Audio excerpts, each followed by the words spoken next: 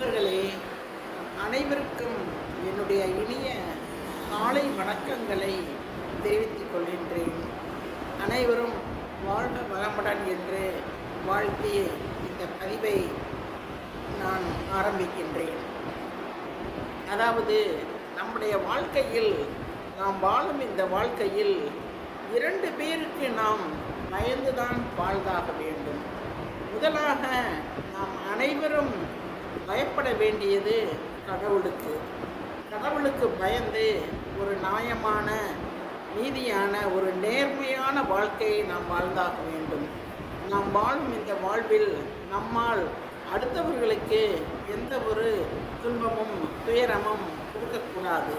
அடுத்தவர்களுக்கு துன்பம் துயரம் நேரக்கூடாது.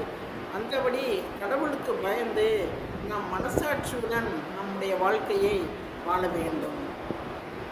இரண்டாவதாக நாம் பயப்பட வேண்டியது நல்லவர்கள். நல்லவர்களுக்கு நாம் பயந்து வாழ வேண்டும். நல்லவர்களுக்கு நாம் எந்த விதமான கெடுதலோ துரோகமோ அல்லது அவர்கள் உடலோ அல்லது மனதோ ஒரு தீங்கு விளைவிக்கும் அளவிற்கு நாம் அவர்களுக்கு கெடுதல் செய்யக்கூடாது. இந்த 2 பேருக்கும் பயந்துதான் நாம் வாழ்ந்தாக வேண்டும்.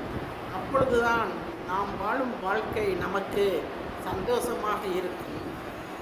யார் என்ன செய்வார்கள், எல்லாருக்கும் நாம் நினைத்தபடி யாருக்கு வேணாலும் தீங்கு செய்யலாம் என்று வாழ்ந்தால் தயவு செய்து அந்த எண்ணத்தை கைவிட்டு விடுங்கள்.